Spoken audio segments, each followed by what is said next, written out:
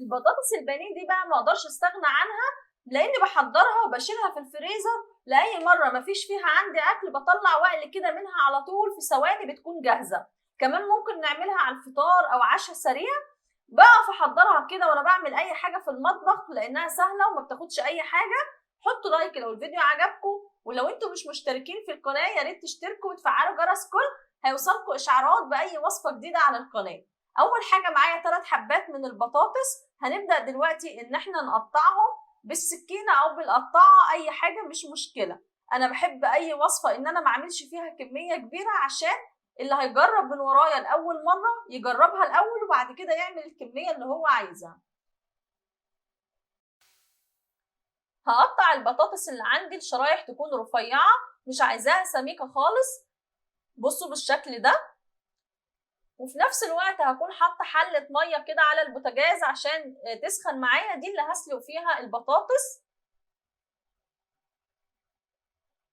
هضيف معلقه كبيره كده من الملح على الميه، واول ما هتسخن معايا هنزل البطاطس كده عشان تتسلق. اهم حاجه انا مش عايزه البطاطس تتسلق سلق كامل، هتاخد بس نص سلقه، يعني نص سوا، علشان ده هيفرق معاكم بعد كده في الطعم. هتحسوا كده البطاطس طعمها مقرمش كده وناشف، مش زي لما تكون بطاطس من جوه مسلوقه. بعد كده اول ما بتاخد معايا نص سوا بطلعها في طبق فيه ميه، عشان لما بتقعد سخنه بتبصوا تلاقوها برضو اتهرت اكتر، فده بيوقف السوا بتاعها. هجيب بقى طبق وهحط فيه بيضه، وعليها معلقه صغيره من الفلفل الاسود والكمون، ومعلقه صغيره بقى من اي بهارات انتوا بتحبوها، لحمه او بطاطس، بهارات بطاطس او بهارات فراخ، اي بهار انتوا عايزينه، وملح. وبعد كده بقى هنزل البطاطس الشرايح اللي احنا سلقناها دي في البيض، وبعد كده هحطها في الكورن فليكس. ده كورن فليكس متضاف عليه بقسماط ناعم عشان يمسك كده على البطاطس. بنزلها كده في البيض، وبعد كده ببدأ ان انا اغلفها كويس بالكورن فليكس. ده بيتجاب من عند العطار، عشان في ناس سألتنا عليه قبل كده. لو الكورن فليكس اللي احنا جايبينه خشن قوي، ممكن نديله كده ضربة او 2 في الخلاط عشان ننعمه شوية صغيرين. كده انا خلصت اهو، بس دي مش الكمية كلها، بس انا عشان فرداهم في الصينية دي على قد الصينية، هاخده اشيله بقى في الفريزر عشان لازم يمسك كده قبل ما اقليه، ما ينفعش اقليه دلوقتي خالص. تمام. ده تاني يوم بقى، وفي اي وقت حابين تطلعوا تقلوا منه بتلاقوه متماسك كده، والطبقة اللي عليه ماسكة نفسها مش بتقع.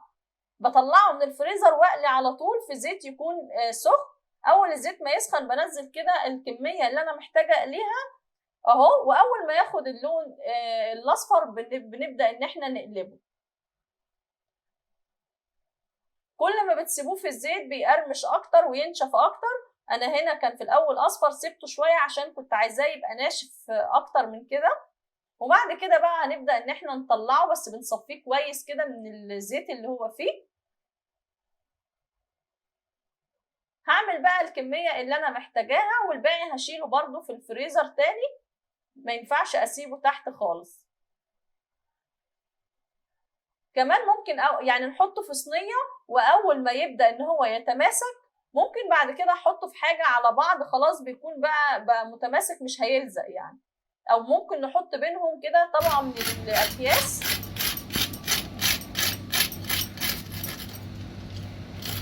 سامعين كده القرمشه؟